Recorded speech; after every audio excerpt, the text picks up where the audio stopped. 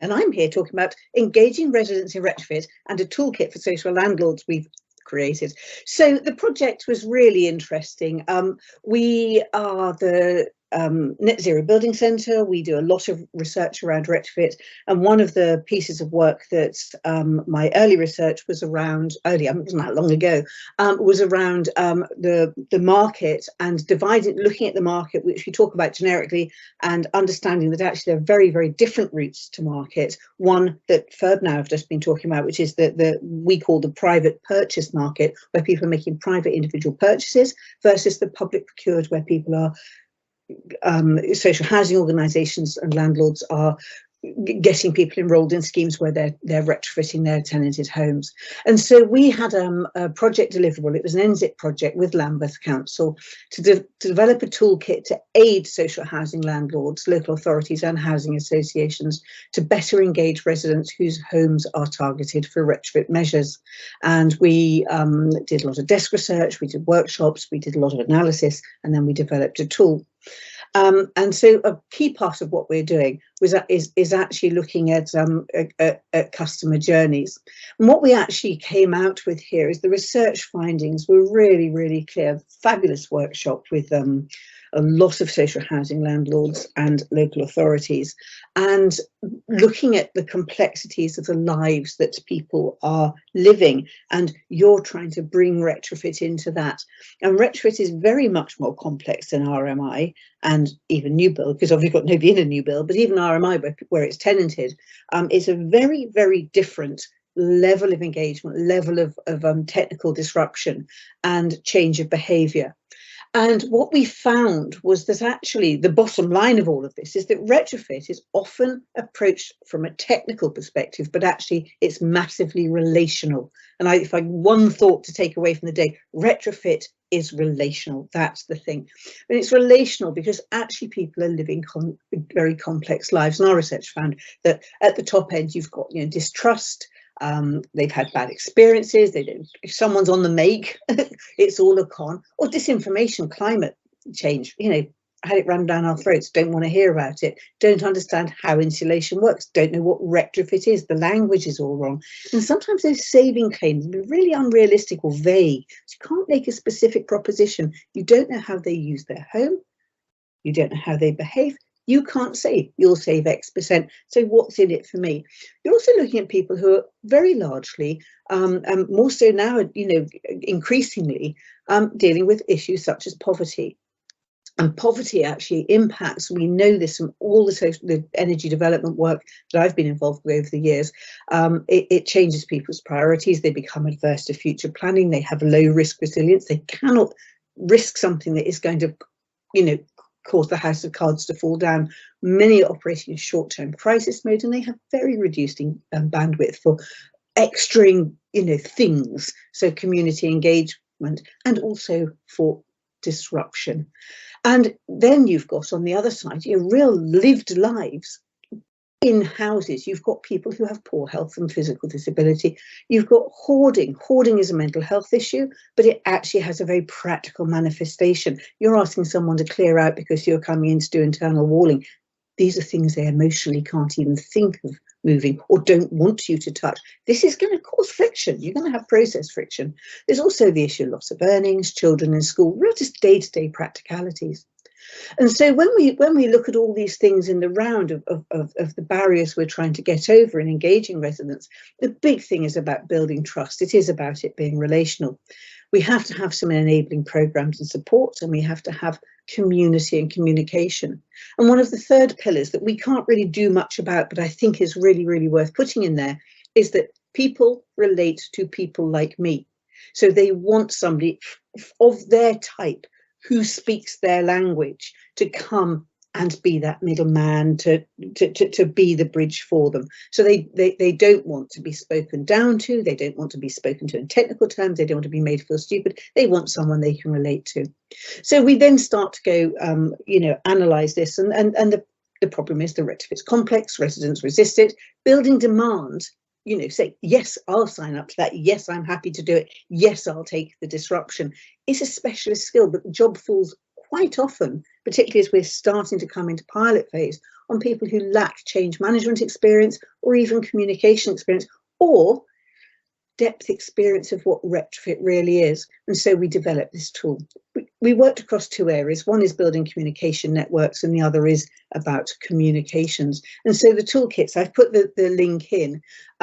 We've had some beta feedback, and they are sort of being improved and iteratively. But there are two little videos that explain it. And then there are two tools. Click onto the tools, and they're pretty much a type form. And what they do, they have a little toolbar now we've put in to show you how long it'll take. We find the best results come when people do this in teams. They get together, even if they do segments in teams. It's designed for one person to complete on part of the team, but it does mean it's better if you do it together. It takes a few hours to work through because we're going to be prompting lots of questions. Now, the really important thing here is there is a wealth of information and so much knowledge sharing, which is fabulous. But what we've done is created a series of prompts to just get you to think about what are those building blocks, what do you need? And so you go through, and there's prompts and there's action points, and there's some explainers in there too. So, for example, we explain why it's important to understand segments of residents. We prompt as to what those things might be, and then we ask you to list, have you identified people, etc. So going through the two tools very briefly, on the building trust with residents tool, it's got sort of different segments. We've got the getting started and asking all about your project, and then you'll be asked about engaging your residents, any past lessons, specific concerns and support needs you've identified or that you might have to go off and look for, any resident consultations you need, and how you're going to monitor and feedback that engagement metric. Then we look at engaging community stakeholders, and these are so important. What's your existing community engagement looking like? Who are your trusted messages? Who out there are the people who can carry your message? Because word of mouth is way more powerful than lots and lots of blurb. Creating dialogue. How do you create that dialogue with those messengers and with your community, and how do you monitor what's going on? Then you have to engage your internal stakeholders, and this is one area where I think a lot of organisations have really reported they've struggled with it, because in the internal organisation, when you're doing a retrofit project, you haven't done a lot of these, and suddenly you're finding it's hard work, and you may have different ideas of what the responsibilities and roles are. So identifying who in your organization needs to be engaged, and then formalizing roles and responsibilities. And the one thing we think is absolutely key, and I know this is being picked up across the board in many areas, is appointing a retrofit champion. If you can get a retrofit champion within your organization to really help with that systemic change, it is huge. Training and briefings, really important, because people need to know what it is you're doing and what the complexities and what's going to happen next. You need a resident liaison officer. Every successful project has one at least. It's not specified in the PAS 2035 roles, but you also need to think about what those are. You need to think about the job spec and training for this person and identify candidates if you don't already have one. But even if you do, what's the support in place for them and what is their mandate? Now, here's where the really important thing comes. They need a little bit of money and they need a little bit of authority to be able to preempt needs, pour oil on troubled waters, enlist help from all the different stakeholders. And what we find with a really hot resident liaison officer is they create a golden thread of trust that goes right through the project. And that's really key, because they are the thing that knits it all together, particularly when you get into on the ground. You're building that relationship before you come, you get onto the ground, your project goes live. They are absolutely vital, and continuity is key here as well. And then you also need to engage your external stakeholders, and this is your contractors and their contractors and down the line, because there's a watering down as you go down through the supply line.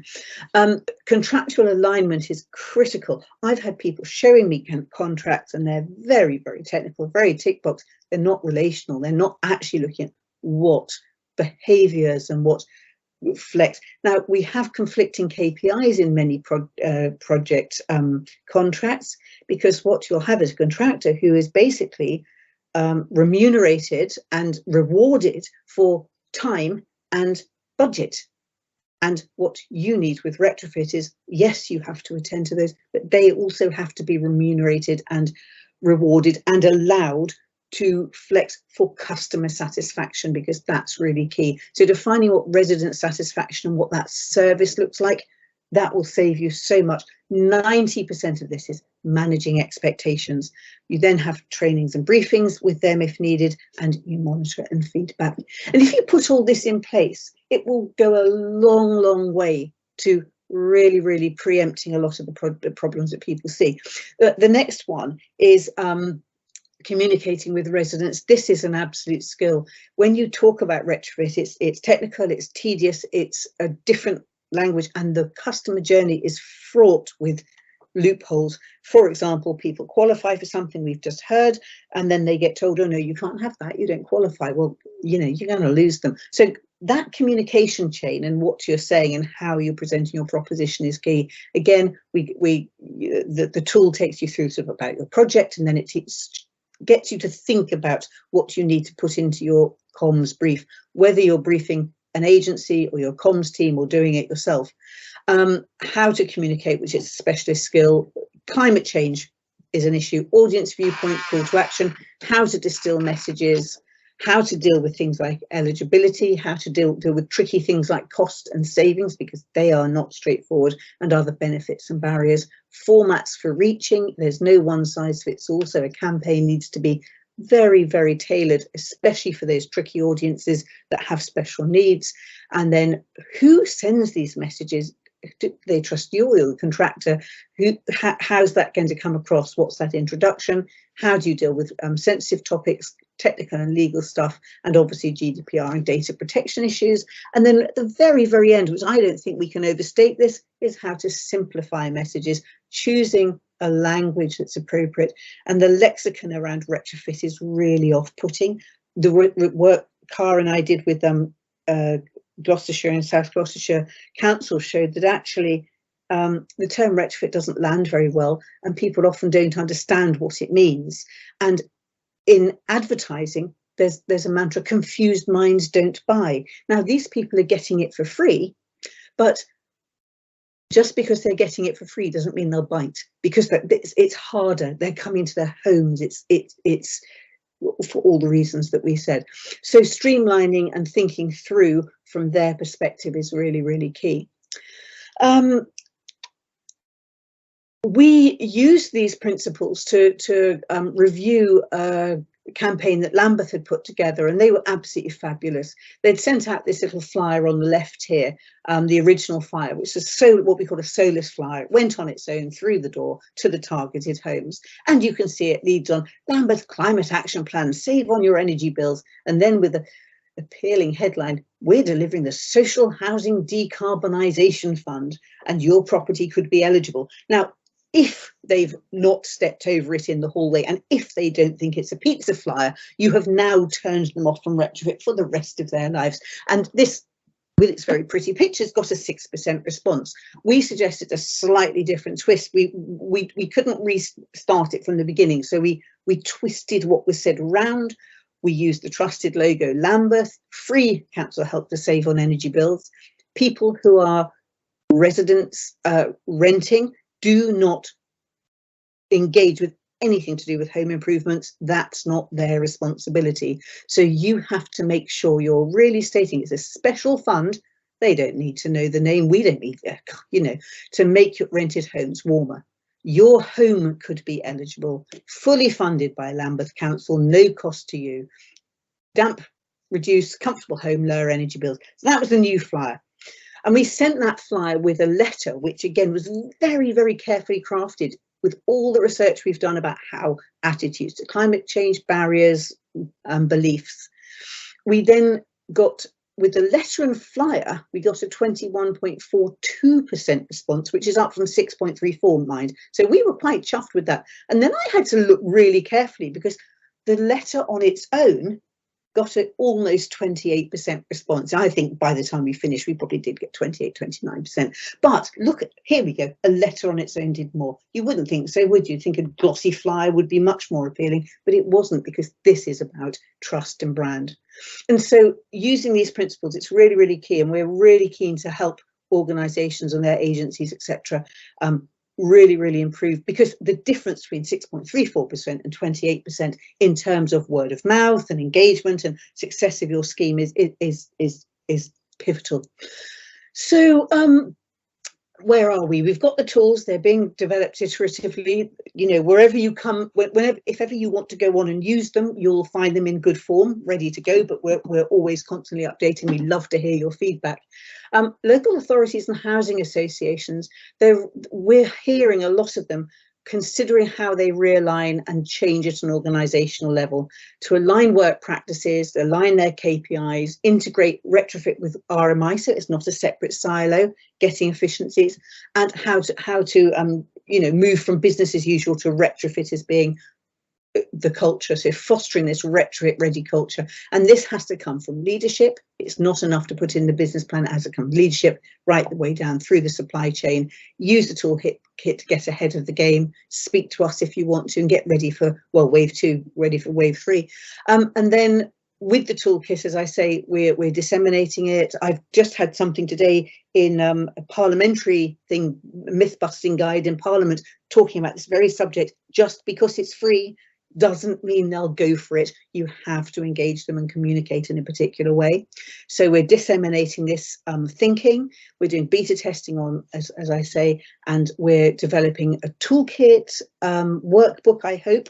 And this afternoon, for example, I'm doing Bristol City Leap have invited us to go in and do a lovely big two-hour workshop going through this in much more detail. So we're doing quite a lot of that. So get engaged.